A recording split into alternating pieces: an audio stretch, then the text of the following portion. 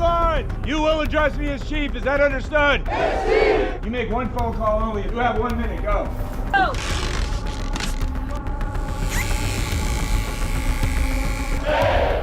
You guys can't discipline today! Hand off at the top of your lungs. Do you understand? This is the Great Lakes Naval Base, located just north of Chicago, Illinois. It is where all sailors come after enlisting in the Navy, with about 40,000 recruits passing through these halls and corridors each year. Known as RTC, Recruit Training Command, Great Lakes, it is the only naval base in the United States where recruits come before enlisting in the Navy. Its main purpose: to transform these young men into the future of the United States Navy and ensure continuity among the force. But it's not as easy as you might think.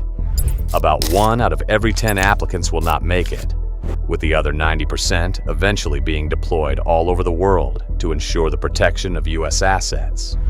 Today, we find out why, how a recruit progresses to the rank of admiral, and most importantly, how long it takes. A typical morning starts at about 4:30, with sailors given about 50 minutes to make their bed, look into personal hygiene, and get ready for a long and hard day of intense physical activity. By 5:30, sailors get together for assembly, where a quick head count ensures that everything is done according to the Navy specifications, like making the bed and wearing the correct outfit. Once completed, prospective sailors line up for PT or ITE, intensive training exercise, which is designed to not only get sailors in shape, but also create mental distress before the day has even begun. Around 6:30, attendees will head for breakfast, lasting about 30 minutes before another hour of physical activity. This is usually followed by classroom instructions and drills, lasting from about 800 hours till 1,200 hours. During these sessions, recruits are taught about the Navy and some of the basics they need to understand to complete the bootcamp session. At around 1200, it is time for lunch, giving recruits about 30 minutes to an hour of a break to replenish some of the fuel they burned during these sessions of strenuous activity. After lunch, at about 1300 hours, it is back to the outdoors, where recruits are taught basic physical skills, seamanship, and basic survival. This will all become crucial as they progress deeper and deeper into the recruitment process. The classes last from about 1300 to 1700 before instructors might consider adding another hour of physical training or marching drills. At around 1800 hours, it is time for dinner, which lasts about an hour, and recruits might be afforded an hour of recreational time afterward. Before bed, it is time for studying and preparing for the next day's activities. Again, this can keep recruits busy for up to 4 hours, which means they only get to bed at around 2300 hours. After about 6 hours of sleep, it is time to get up and the day repeats itself. The entire program lasts about 9 weeks before recruits can graduate and earn the rank of seaman, the lowest current rank in the United States Navy. This 9-week program is designed to break down recruits physically and mentally, weed out the weaker recruits, and ensure that every person who becomes a seaman has the possibility to turn into someone special in the U.S. Navy. A lot of emphasis is put on physical activity and to tire out recruits before dumping them with loads of information. It ensures that any future naval sailor can work under rigorous conditions and has the ability to endure tough and long days on the ocean. But not everyone will make it. With a dropout rate of about 10%, far lower than the Navy SEALs, 40,000 recruits pass the test each year before being deployed based on their specialty and their desire. Only a handful of these recruits will work aboard a United States warship, while even fewer will ever progress past the rank of seaman. So, what does it take to endure this first phase of training, and what is the main purpose of it? Upon arriving at the Great Lakes Naval Base, recruits barely have any clue about the Navy. Many 19-year-olds might arrive with high ambitions, but low discipline. This means that instructors need to break down these recruits and reinforce some of the Navy values to ensure that each person is ready for what lies ahead. Some of the key areas of focus are building camaraderie. One of the first and most important parts of the Navy boot camp is to force recruits to get rid of their individuality.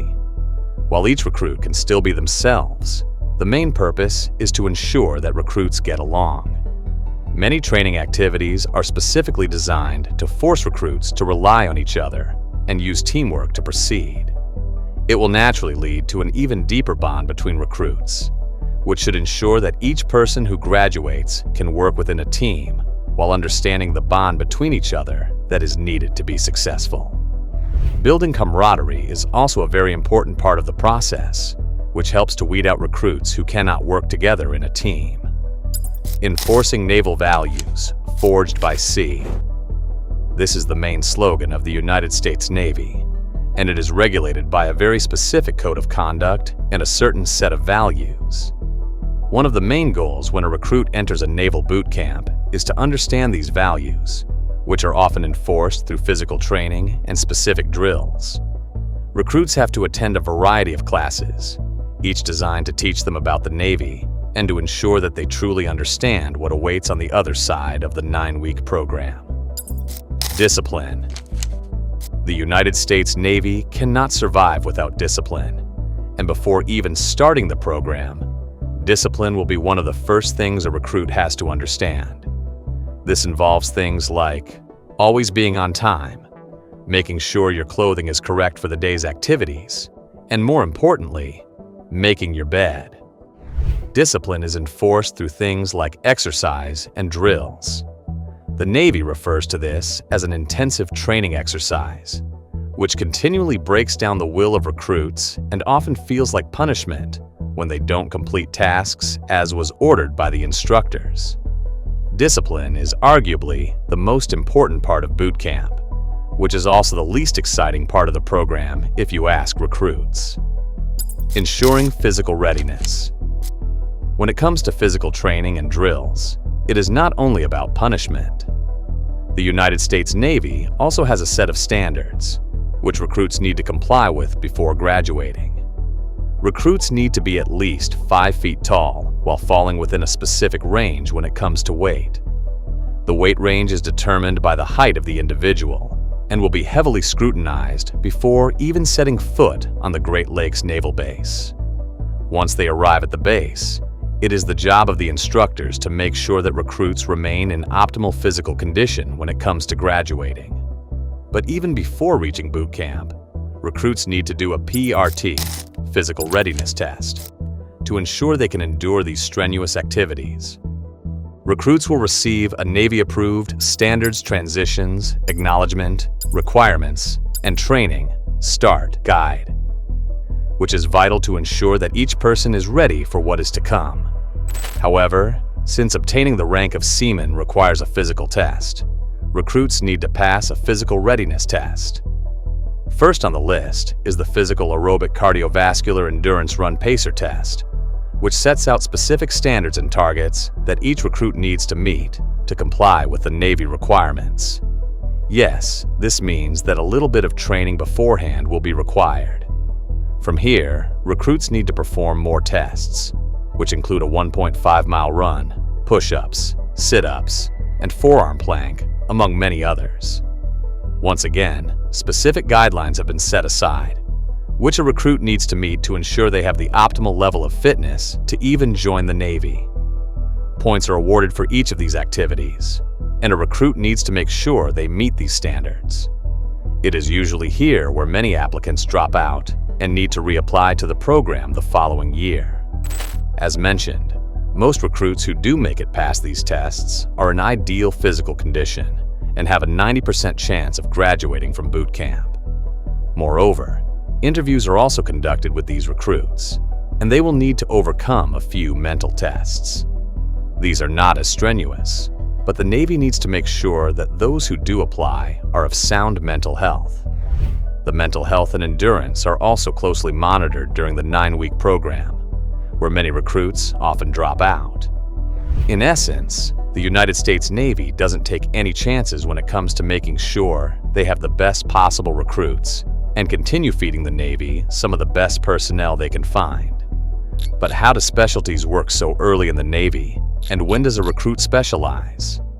Yes, much like kids don't like school, recruits who have completed boot camp will have to attend school, which is located in various locations across the United States. Following boot camp, a recruit, now a seaman, has the option to choose a specialty. These specialties include things like medical, engineering, pilot training, and many more. Depending on their specialties, the color of the chevron on the recruit's shoulders will usually change. For example, those with a medical specialty might have a red chevron, while engineers could have a blue chevron. But going to school is not just another 9-week course that can quickly be completed before the sailor is deployed to their final destination. In fact, these schools are like a college degree and can take years of study, especially when a recruit chooses to pursue the career of becoming a nuclear naval engineer. Much like college, the school serves the same purposes, where recruits can choose any specialty. They usually receive a card and must list up to 3 of these desired specialties. The Navy will then choose the one they think fits the individual the best before deploying them to school. Naval school can last up to 2 years, after which a sailor will be deployed to a specific team. After graduation, a sailor needs to serve 5 years of obligatory service wherever the Navy deploys the individual. Unfortunately, deployment cannot be chosen, and sailors who come from California might find themselves being deployed to a naval base in New York if there is a requirement for his or her specialty at the specific base. Meanwhile, basic training is still conducted, and a sailor needs to maintain their physical readiness, which is done through the PRT. In fact, sailors also need to undergo some of these tests before they can be promoted from seaman to the next possible rank. By now, a couple of years have already passed, and the sailor has only been in training for the most part. Now, they will need to serve at least 5 years, where they can apply for various different ranks and continue to progress in their chosen career. Many also end up as instructors themselves, especially when a sailor has not progressed in rank for a couple of years. But most sailors who enter the Navy usually have high ambitions, and they might have a dream of perhaps one day becoming an admiral.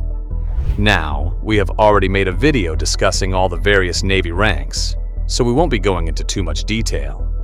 But let's look at how long and what is needed to eventually become a captain, ensign, or even a government-appointed admiral tasked with leading the Navy. Plus, how much are they even paid? Once a sailor has been deployed to their specific unit, it is all about progressing in rank. The higher you rank, the more pay you receive, along with all the benefits and power that go along with it. SAT 21, or Seaman to Admiral 21, is a program designed by the United States Navy to help sailors who want to progress in specific fields, while still being an active duty member of the U.S. Navy. To become eligible for this program, sailors need to meet certain criteria, like an SAT score of at least 500, and various other requirements that can be found on the website of the U.S. Navy itself. The program allows sailors to enroll in an NROTC, Naval Reserve Officers Training Course program, often linked to one of the universities. This program opens the door for a sailor to obtain a bachelor's degree, which is essential and obligatory to complete the SAT 21 program. In fact, sailors need to obtain their bachelor's degree within 36 months of starting. The program is usually funded by the U.S. Navy, but requires that the sailor sends regular updates to ensure they are not merely wasting naval resources. From here, sailors are sent for officer training, where they eventually graduate as officers within the U.S. Navy. But this doesn't necessarily guarantee them the role of admiral at some point in life. Following their degree, the Navy will look to see how relevant it could be to their job. And once officer training has been completed, a sailor will be deployed to a specific team, which is also when the obligatory 5-year service starts. But much like those who have completed the naval boot camp, these sailors also need to progress through the ranks. These ranks are only determined based on merit, performance, and leadership skills. Strict evaluation protocols are in place to make sure that those who do progress in rank can actually complete their responsibilities, and if you'd like to see how they can progress, make sure to check out our next video on the Navy ranks next. After completing their degree and being deployed, it can take between 20 and 30 years for a seaman to complete all the ranks and finally reach the rank of admiral. They will need to go through various ranks, including ensign, captain, vice admiral lower half, vice admiral upper half, and many smaller ranks, which are all important to ensure that the sailor understands their responsibilities. Up to 4 years of tours might also be mandatory for sailors to eventually progress in rank and finally be in contention for the role of admiral. So, what are the requirements to finally become an admiral? As mentioned, the process of reaching admiral can be tedious and slow, and is designed to only allow the cream of the crop to rise to the top. While most ranks can be achieved by simply doing your job, staying out of trouble, and applying for promotion, a sailor who finally reaches the rank of commander or 05 will need to move on to captain next. But a captain has full command over a naval vessel, including highly powerful and expensive war machines such as an aircraft carrier. This is where the hard part, which sailors often cannot control, comes into play. First of all, becoming a captain involves being nominated by a panel, which usually happens every 6 years, or when there is an opening. However, early promotion can also be requested, but if you are not nominated, it can significantly reduce the possibilities of success. Once approved by the board, the commander will finally be promoted to captain. But this also needs Senate confirmation, which means that the political spectrum of the United States at the time could have a direct effect on your promotion. Once promoted to captain, it can take another decade of service before becoming a flag officer of the United States Navy. This is the highest level in the Navy and is often referred to as 07 to 010. Next on the list will be the rank of Rear Admiral lower half, better known as a 1-star admiral. But this again requires a nomination from the President of the United States. It is also why the importance of remaining neutral in U.S. politics could serve someone far better, instead of making needless social media posts that could count against the individual. Once nominated, Senate confirmation is needed to finally obtain the rank.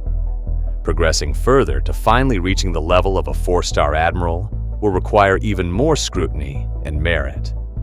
Once again, all these promotions hinge on Senate confirmation and receiving a nomination directly from the President.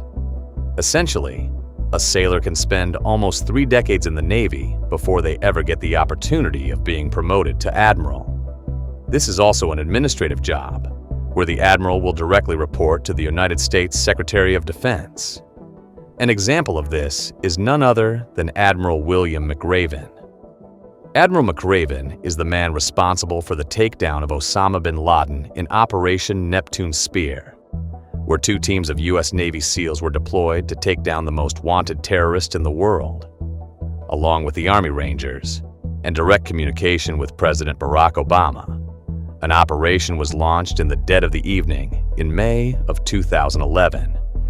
This shows exactly how much power and responsibility rests on the shoulders of the U.S. Admiral, which could potentially lead us to World War III.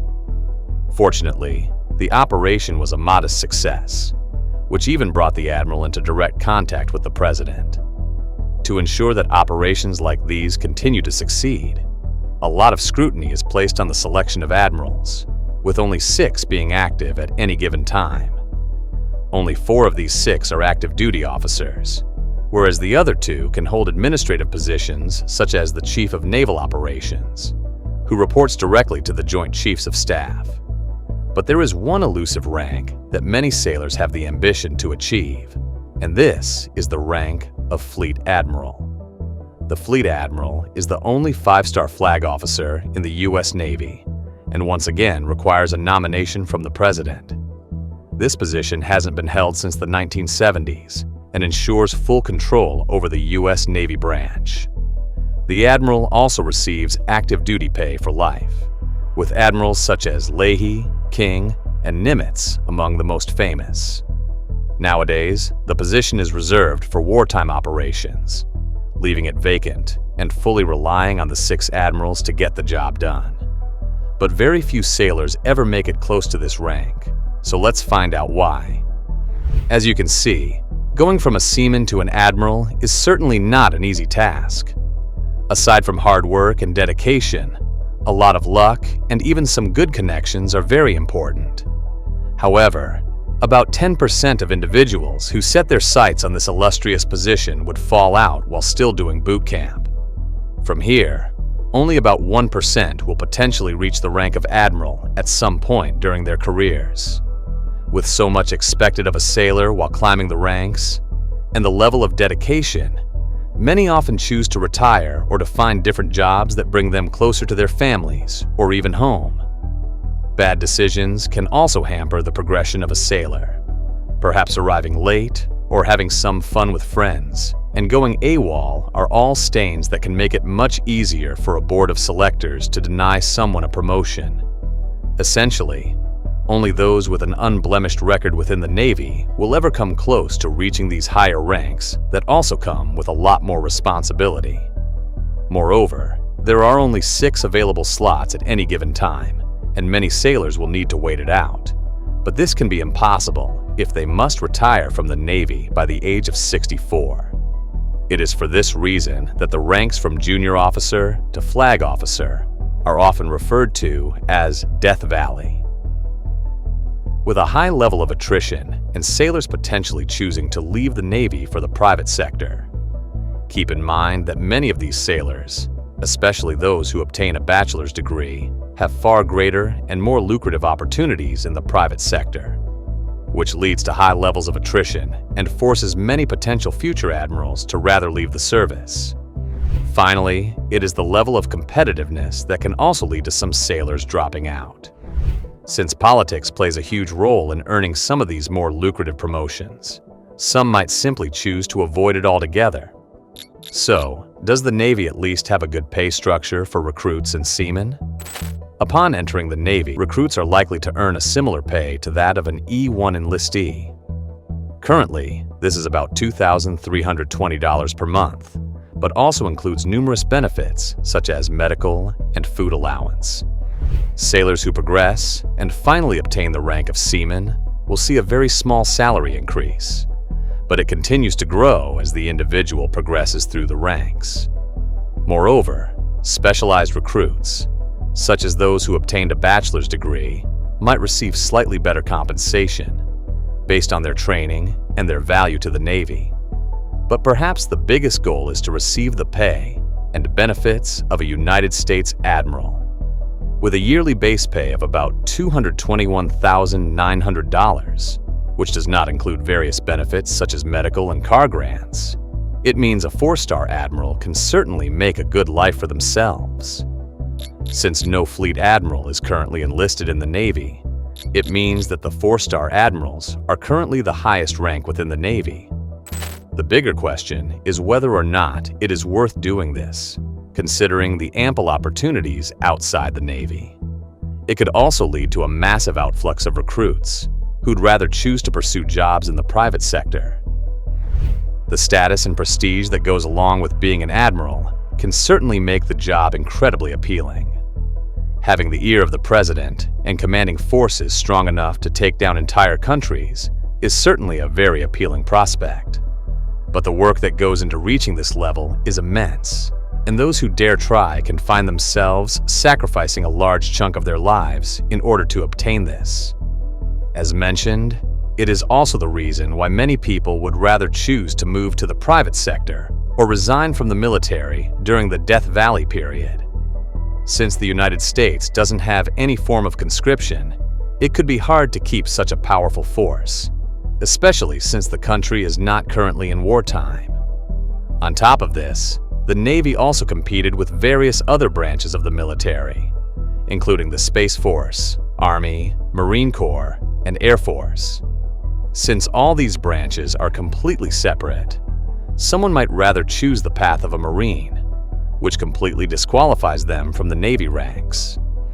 Perhaps one of the biggest draws to the Navy is the promise of perhaps one day becoming a U.S. Navy SEAL and reaching the pinnacle of Tier 1 units. This can be achieved in the military by eventually reaching Delta Force, but the SEALs just have something about them that makes it popular. To do this, a sailor, who is already enlisted in the Navy, can apply for SEAL training. However, those without any combat or field experience might not be as lucky to be chosen for the program. Upon being selected for SEAL training, it can feel like boot camp all over again. The only difference is that only about 10% of applicants will graduate and find themselves added to a SEAL team.